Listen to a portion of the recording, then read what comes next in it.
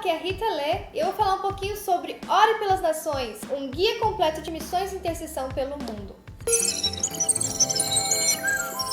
O Ore pelas Nações, logo no título dele, a gente já vai saber que é um livro para você orar pelas nações. E este livro é da Operation World, que é uma organização internacional que tem o objetivo de pegar dados dos países e passar para as igrejas para que elas orem por esses países e orem pelas missões nesses países também. Ele é um livro resumido da 7ª edição do Operation World, que é este livro aqui, como vocês podem ver. Este livro que eu estou em mãos, ele tem 365 páginas. Não parece um livro bem resumido, mas este livro aqui do lado, ele tem 978 páginas. É quase o triplo desse daqui. Então, acho que esse é um livro bem resumido, sim. Logo na introdução, eles vão falar um pouquinho a respeito do objetivo de ter feito este livro, que, pelo que eu entendi, são basicamente 3, que é informar a igreja do que está acontecendo com esses países, incentivar orações pelos países no mundo inteiro e mobilizar as igrejas para que elas se envolvam com a grande comissão em oração, mandando missionários, mandando ofertas, para que elas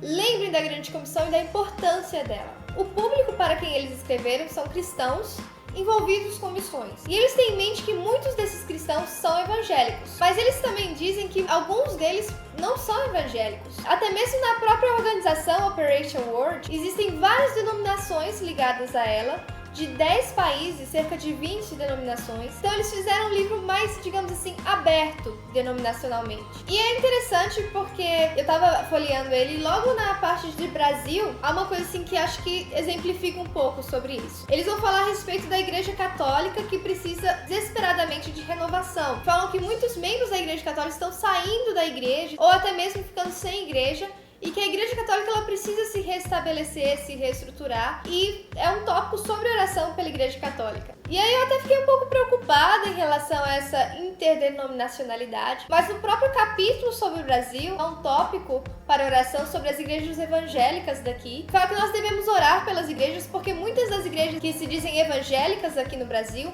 elas estão muito mais preocupadas com a quantidade de membros do que com o discipulado, por exemplo.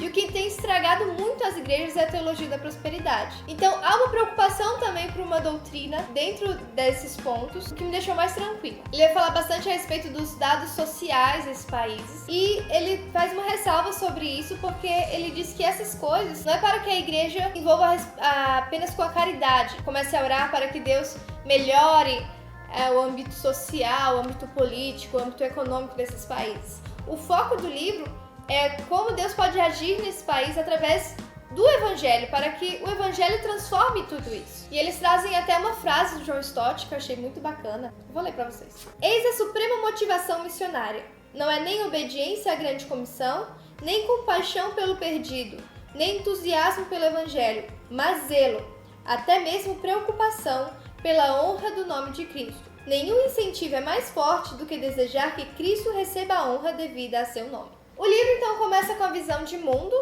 de uma maneira geral, o mundo e suas regiões, e eu achei bem interessante o que ele fala a respeito do mundo nessa parte, porque quando a gente pensa em livros de oração a respeito do mundo, a respeito dos países, a gente sempre pensa em um livro meio deprimente, falando sobre as mazelas que ocorrem naquele país, sobre os cristãos que são perseguidos, martirizados e tudo mais. E ele já começa o livro falando que nas redes de televisão, de rádio, nós ouvimos muitas notícias ruins a respeito do nosso mundo. Violências, guerras, mortes. E nós não, às vezes, nos atentamos pelo que Deus tem feito no nosso mundo, pelas coisas boas que Deus tem feito, pelo que Ele tem operado no mundo. E ele começa falando das coisas boas e dos crescimentos que nós temos tido, tanto em pregação, quanto em missionários, quanto em conversão no mundo afora. E eu achei isso muito legal, porque às vezes a gente realmente fica focado nessas coisas ruins e se esquece de orar pelas coisas boas também. Ou às vezes a gente nem é informado dessas coisas boas. Logo depois que ele fala do mundo, ele vai passar para os continentes. Então este livro ele é meio que dividido entre os continentes. Primeiro ele fala da África,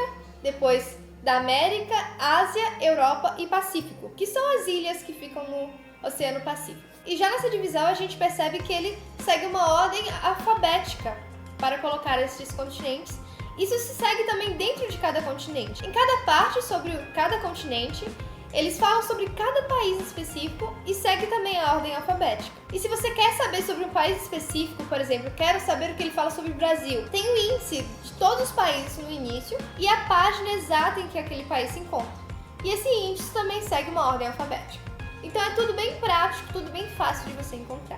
Bom, enquanto eu estava folheando essa parte da África, eu fui logo na Somália. Na verdade tem um histórico com a Somália, porque assim que eu me converti, com uns 12 anos mais ou menos, eu queria muito ser missionária, já queria me envolver com missões. Acho que como muitas meninas e meninos se converteram, jovens também, recém-convertidos. E eu queria ir pra África, porque era o país da vez, era o país que precisava de missionários. Só que nessa mesma época eu descobri que a África não era um país. A África era um continente. Você não tinha como chegar lá no aeroporto, pedir uma passagem pra África e eles te deixavam lá. Você tinha que ir pra algum país na África. E eu, com essa inquietação, eu soube na escola sobre um país chamado Somália. O que mais me chamou a atenção nesse país foi que a professora disse que ele normalmente é chamado de o chifre da África. Então eu acho que isso demonstra um pouco também minha imaturidade na época, porque eu achei muito legal essa questão dele ser chamado de chifre na África e eu queria ir pra lá. Só que depois disso eu soube de muitas coisas tristes a respeito deste país. Ele é um país que sofre muita perseguição aos cristãos. Ele foi de quarto para o segundo lugar em perseguição em 2014. Ele é um país que é considerado o país mais falido do mundo. A pobreza lá é extrema e a própria política, além de ser corrupta,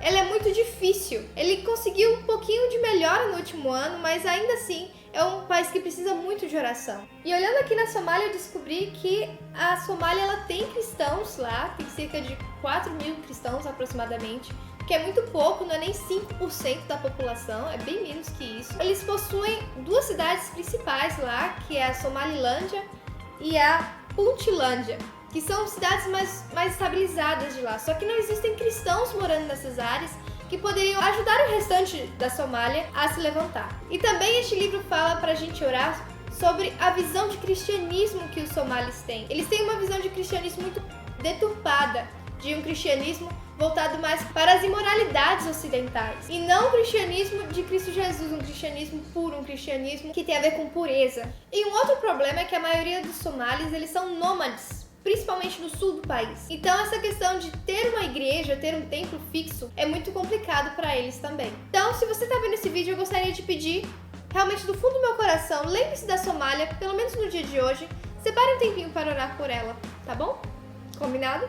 E no fundo, para quem achou poucas informações, ainda há mais informações globais aqui no fundo, sobre todos os países a respeito, por exemplo, de posição IDH, renda per capita, total de povos por países e povos não alcançados pelo cristianismo. Também tem uma parte aqui no fundo, principais países de cada religião. E nas últimas páginas do livro, há algo que eu achei bem legal, que é um calendário diário de oração, onde você pode orar por todas as nações do mundo em um ano. É um calendário bem simples e útil também. E este calendário você pode pensar assim, nossa, eu vou orar sobre este livro todo em um ano.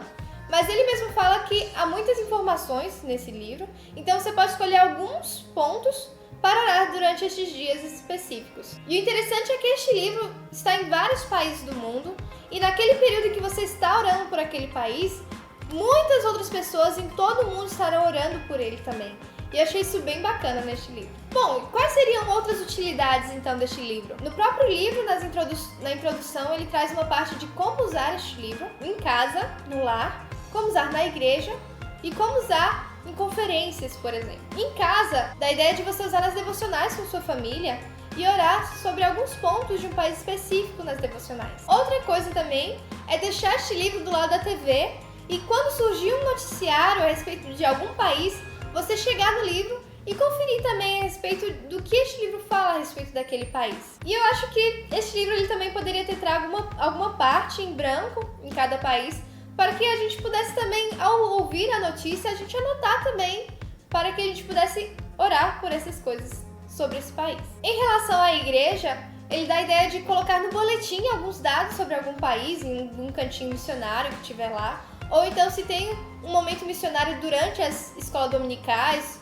falar também um pouquinho sobre um país e os tópicos específicos a respeito dele. E reuniões de oração também, pegar um país, por exemplo, por reunião de oração, para poder orar. E em conferências e semanas, jornadas de orações, trazer conteúdo sobre os países. Aqui ele traz também uma ressalva, porque ele fala que o importante para essas conferências não é as pessoas saberem tudo sobre esses países, não é encher as pessoas de estatísticas, de geopolítica, um monte de número e escala e mapas, mas sim coisas que elas possam se lembrar depois daquelas conferências. Bom, eu amei demais ter lido esse livro, eu achei a capa dele muito linda, muito forte. Eu achei muito interessante a ideia e eu acho que é um livro muito bom para se ler na igreja. Eu acho que toda igreja devia ter um desse. Para reuniões com SAF, para reuniões de oração das mulheres, eu acho ele muito interessante. As mulheres que querem ser missionárias e às vezes ainda estão jovens, ainda estão se formando para serem missionárias. Muitas delas às vezes ficam pensando assim, poxa, só vou ser missionária quando eu for para tal lugar. Às vezes elas nem sabem ainda para onde vão. Então eu acho que este livro é muito bom para quem quer ser missionária, para quem gosta de missões. Eu já pensei em ser missionária